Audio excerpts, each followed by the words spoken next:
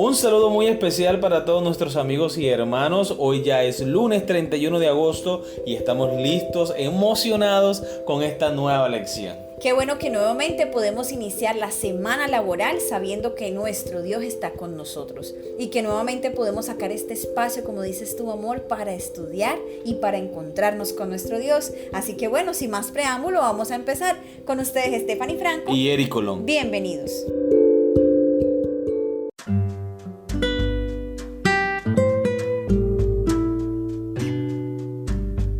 Los grupos pequeños en las Escrituras, el título de la lección para el día de hoy.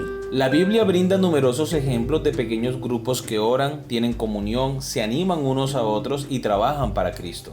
Estos brindaron al pueblo de Dios la oportunidad de compartir responsabilidades y utilizar sus variados dones. Es decir, los grupos pequeños pueden proveer la oportunidad para que el Señor nos use a cada uno más plenamente. Amén.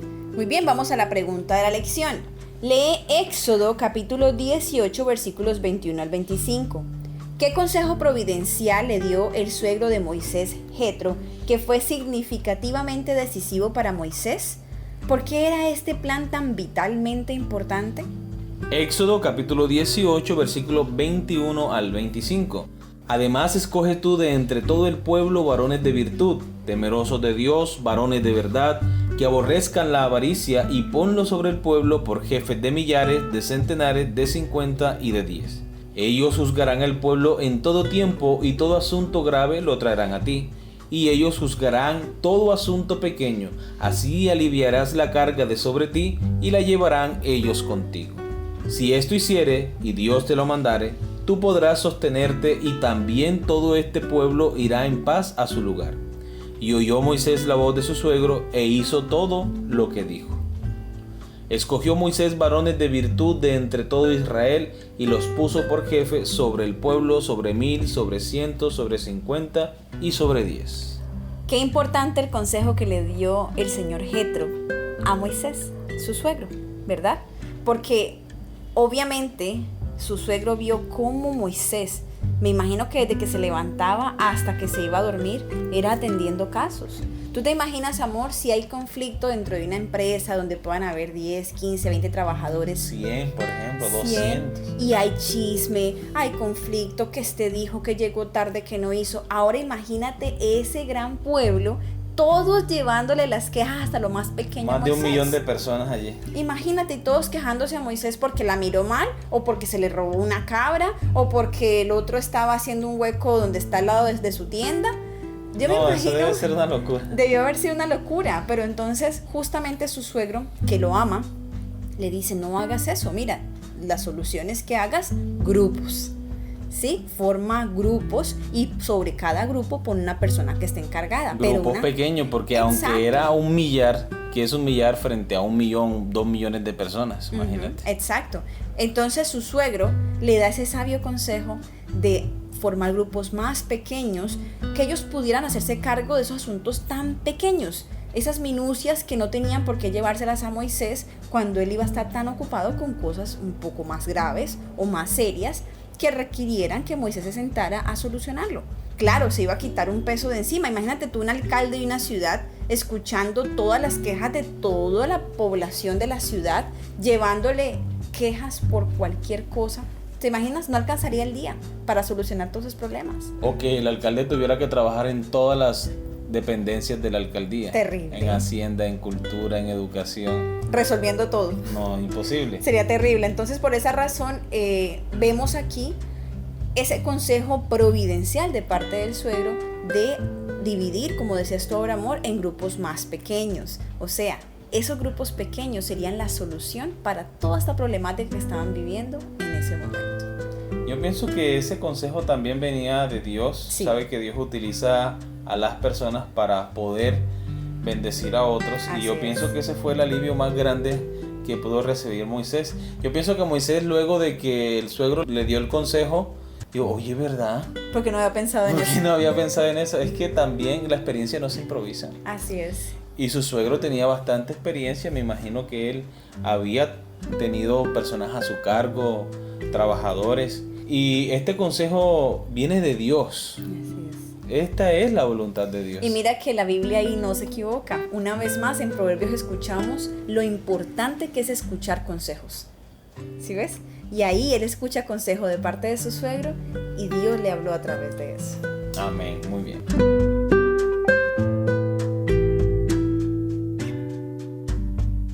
Muy bien, continuamos con la lectura. Cada individuo en el campamento de Israel se convirtió en parte de un grupo de 10, dirigido por un líder piadoso.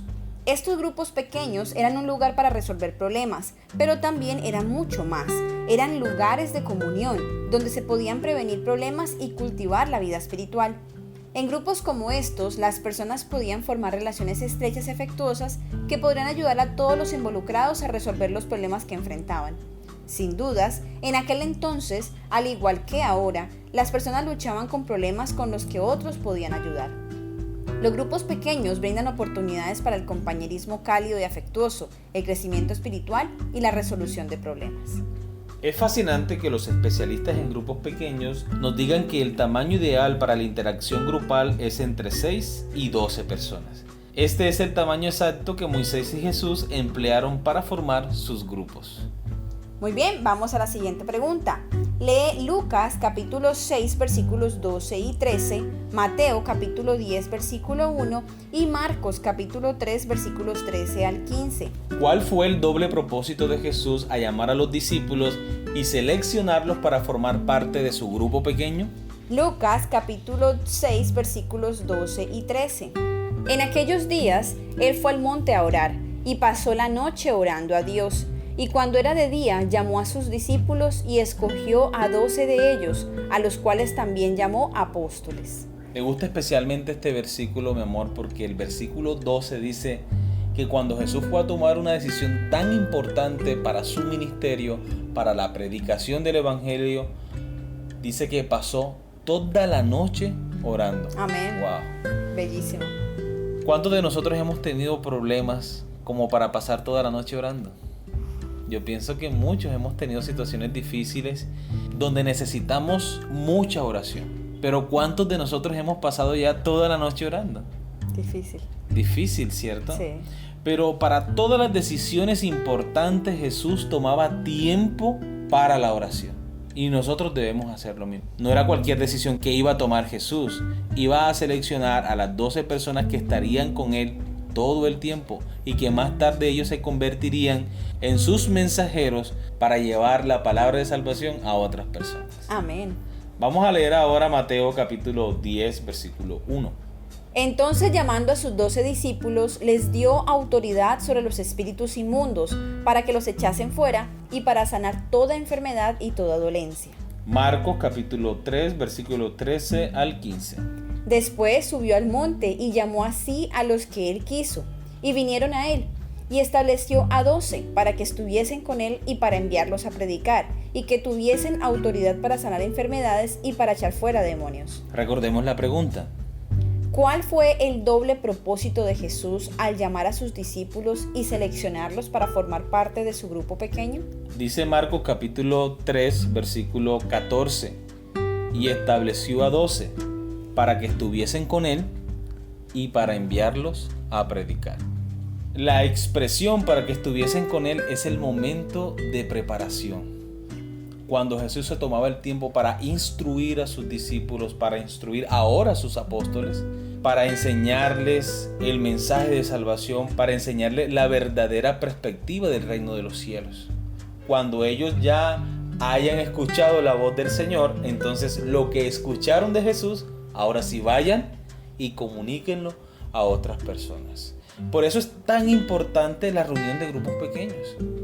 Es un lugar donde nos podemos reunir con los hermanos de la iglesia a estudiar los temas bíblicos, a estudiar cada creencia de los fundamentos de nuestra fe, para que más tarde nosotros con autoridad, sin titubeo, podamos enseñar a otros lo que hemos creído de la palabra de Dios y lo que Dios nos ha revelado en las Santas Escrituras. Incluso, amor, ahora que lo mencionas, además de lo que estás diciendo tú de los grupos pequeños, también es el lugar para escuchar las problemáticas pequeñas de cada persona.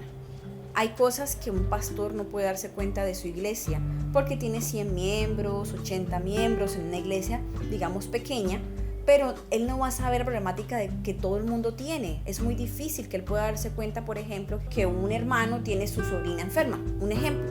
Pero en el grupo pequeño sí se pueden enterar de esos asuntos que tal vez ocurren de un momento a otro y por los cuales podemos orar y apoyarnos. Porque justamente somos una familia en Cristo Jesús y lo que más deseamos es estar unidos en oración, en apoyo, en ayuda de alguna manera para esas personas que lo necesitan.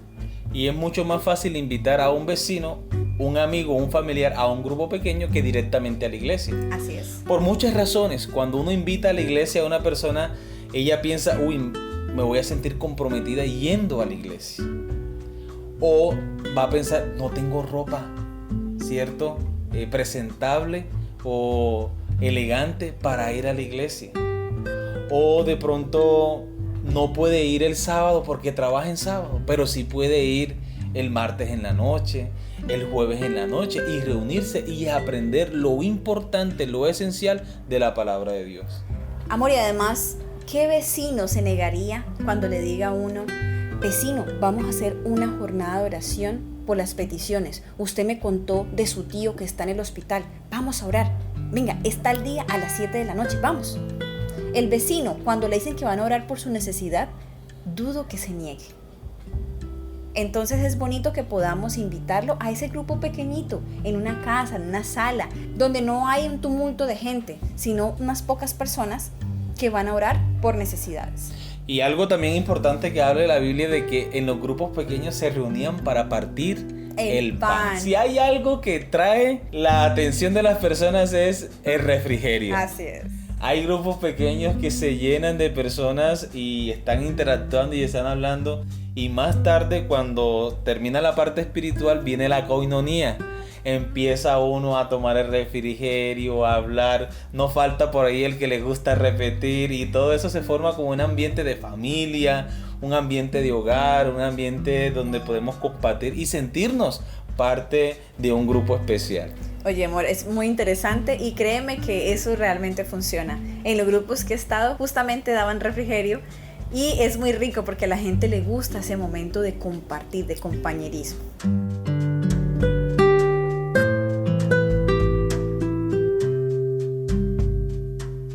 Muy bien, continuamos con la lectura.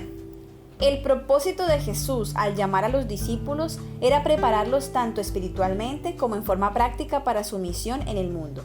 En comunión con Él crecerían en gracia. En el contexto de sus reuniones de grupo pequeño, aprenderían a ministrar de manera más efectiva. Día a día, mientras observaban a Jesús atender las necesidades de las personas a su alrededor, aprenderían observando cómo usar sus dones. El propósito del grupo pequeño de Jesús era tanto la educación espiritual como la misión.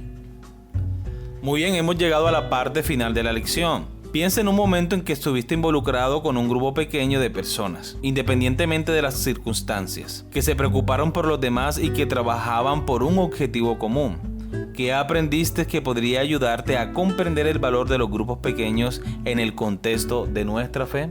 Bueno, amor, estaba recordando ahora que leía la lección en un grupo que tuvimos en la ciudad de Cali con los jóvenes de otras iglesias. Nos reunimos líderes de jóvenes y otros más que nos apoyaban en los grupos y decidimos hacer el grupo de jóvenes misioneros voluntarios. Y recuerdo que en una de esas reuniones que tuvimos hicimos el plan de llevar desayunos a un barrio bastante feo allá en Cali, un barrio muy peligroso en el centro de Cali, y sabíamos que había muchos mendigos por ahí, en ese barrio.